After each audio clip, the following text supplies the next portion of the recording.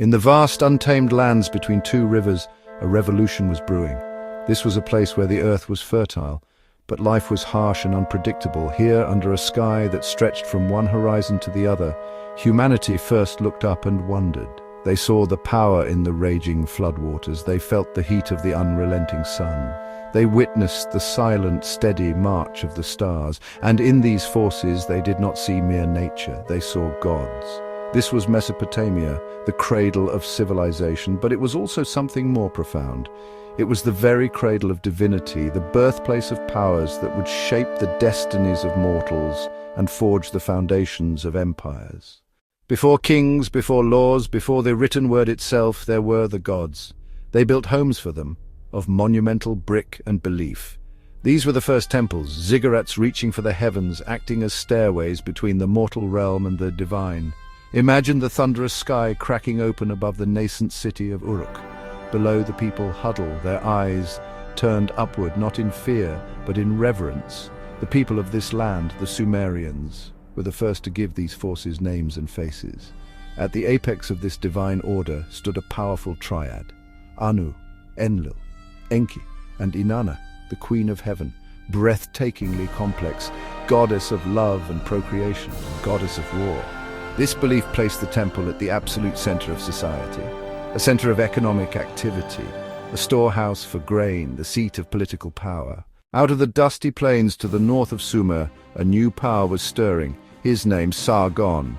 He refused the role of a single god steward. He dreamed of the world's first empire. With a professional, disciplined army, he swept down from Akkad. One by one, the cities fell.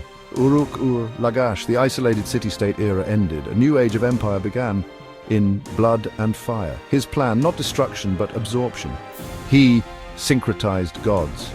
Nowhere was this fusion more potent than in the transformation of Inanna into her Akkadian equivalent, Ishtar.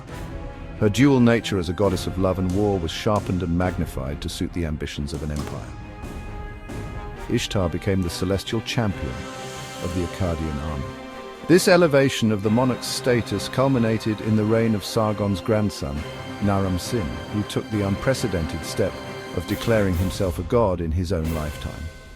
Sargon appointed his own daughter, Enheduanna, as the high priestess of Ur. By placing his family at the head of religious centers, he could control their wealth and ensure their loyalty. The gods were no longer just the patrons of individual cities. They had been conscripted into the service of empire.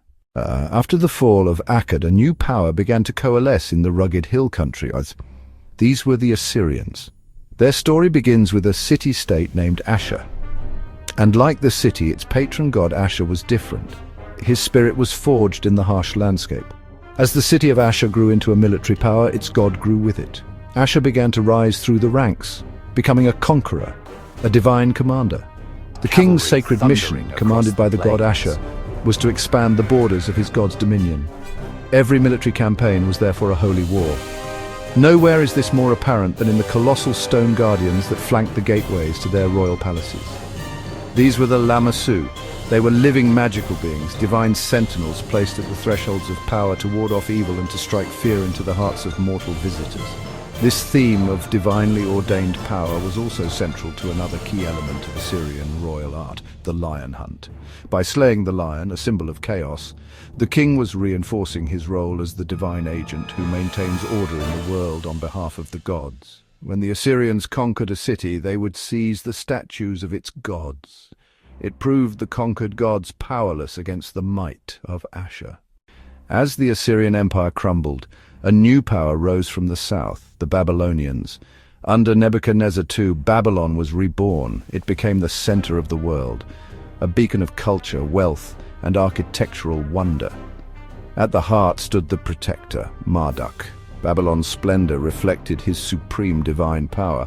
Originally a minor agricultural deity, Marduk's rise mirrored the political fortunes of his city. The most powerful piece of this religious propaganda was the Enuma Elish. In the climactic battle, Marduk slays Tiamat. As a reward, the other gods grant him supreme authority, hailing him as their king. Marduk does not destroy the old pantheon, he absorbs it. Powers once distributed among many gods were now concentrated in one figure. The most important religious event was the Akitu, the New Year festival. It reaffirmed Marduk's supremacy and the city's place at the center of the universe.